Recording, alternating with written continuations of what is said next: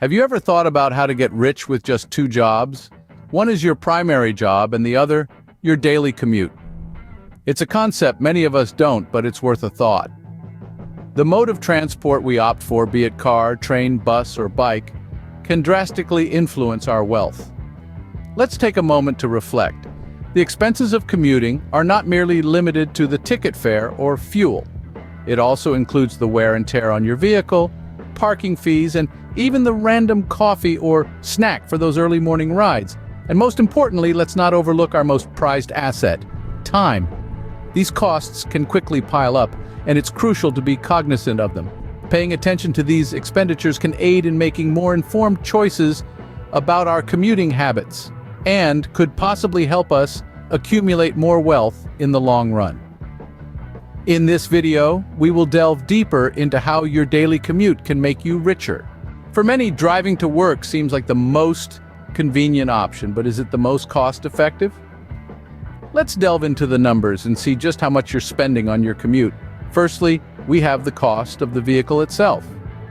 Now, unless you've been gifted a car or won one in a sweepstakes, you're probably making monthly payments on it. According to Experian's State of the Automotive Finance Market Report, the average monthly car payment for a new vehicle is around $550. Then there's the insurance.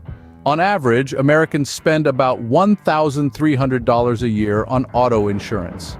That's a hefty chunk of change, isn't it? Next up, we have the gas.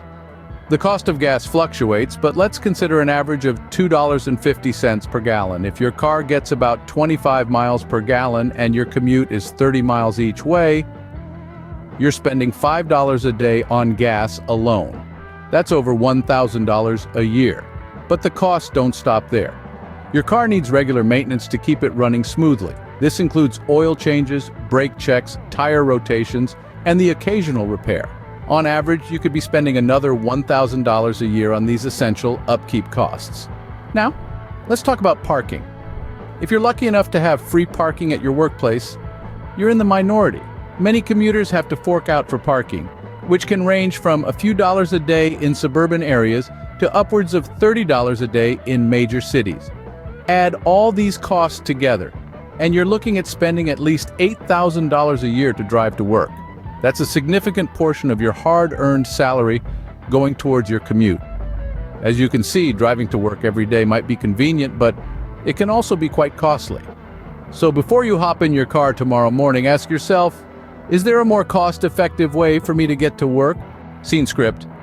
Public transportation is often seen as a more affordable option. But is it really? Let's break it down. When we think of public transportation, we're primarily considering buses, trains, trams, and in some cases, ferries. The costs for these modes of transport can vary greatly, depending on where you live. In some cities, a monthly transit pass can be as little as $20, while in others it can skyrocket to $100 or more. Now you might think, well, that's still cheaper than the gas I'd be guzzling in my car, and in many cases, you'd be right. But remember, the cost of public transportation isn't just about the ticket or pass price. Think about those times when the bus doesn't quite get you where you need to go. Maybe you need to catch a taxi or a rideshare for the last leg of your journey. Those costs add up, and they're often overlooked when we consider the affordability of public transport. And then there's the issue of convenience. With a car, you have the freedom to go wherever you want, whenever you want. With public transportation, you're beholden to schedules and routes. If your bus is late, or if it's a weekend and the trains are running on a reduced schedule, you could find yourself out of pocket for a taxi ride or stuck waiting for the next available transport. So, Tom, how does this stack up against driving? Well, it's not a straightforward comparison. Yes, owning and operating a car is generally more expensive when you factor in the cost of fuel, insurance, maintenance, and depreciation. But the convenience and flexibility it offers can offset some of these costs, especially if your time is valuable to you.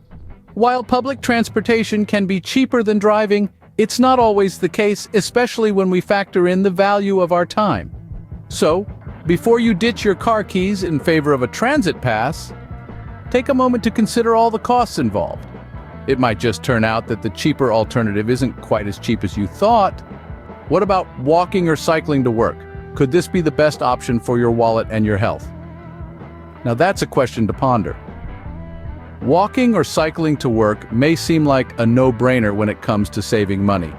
You might be thinking, well, of course, I don't have to pay for gas, parking, or vehicle maintenance. And you'd be right, those are some serious savings. But the benefits of this choice go way beyond the financial aspect. Think about it. By choosing to walk or cycle, you're not just dodging the fares, fees, and fuel costs associated with driving or public transport. You're also investing in your health. Yes, that's right, your health. That's an investment that pays off in the long run, and it's more valuable than any dollar amount you can save. Imagine the fresh air, the exercise, the chance to clear your head before and after a busy day at work. It's like having a mini workout session without paying for a gym membership. And we all know how expensive those can be. Moreover, by incorporating physical activity into your daily routine, you're doing wonders for your health.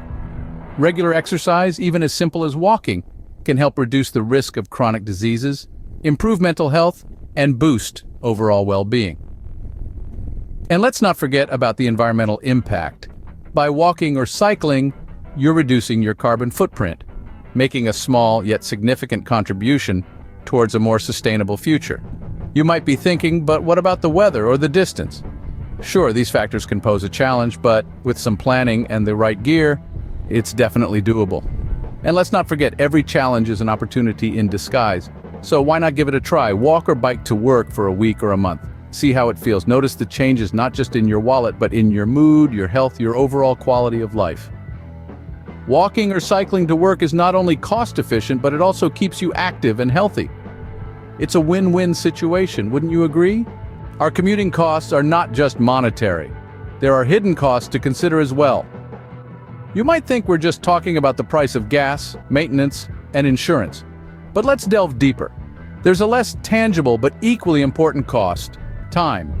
Time, as we all know, is the one resource we can't get back. The average American spends about 25 minutes commuting one way to work.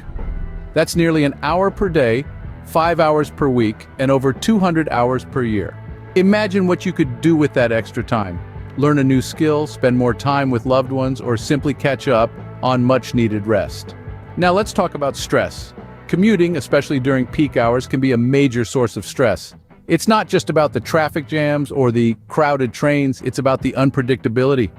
A traffic accident or a delay in public transportation can throw your whole day off. This stress can seep into your work and personal life, affecting your productivity and relationships. And then, there's the impact on your health. Long hours of sitting, whether in a car or on a train, can lead to a sedentary lifestyle, which is linked to a host of health issues including obesity, heart disease, and diabetes. Moreover, the lack of sunlight and fresh air during your commute can impact your mental health, leading to feelings of isolation and depression. Quality of life is another hidden cost. The time you spend commuting is time you're not spending doing things you enjoy. It's time you're not spending relaxing, exploring your hobbies, or nurturing your relationships. Last but not least, there's the environmental cost. Every car on the road contributes to air pollution, which has a detrimental impact on our planet and our health. When we factor in these hidden costs, the true cost of commuting becomes even more apparent. Remember, it's not just about the dollars and cents.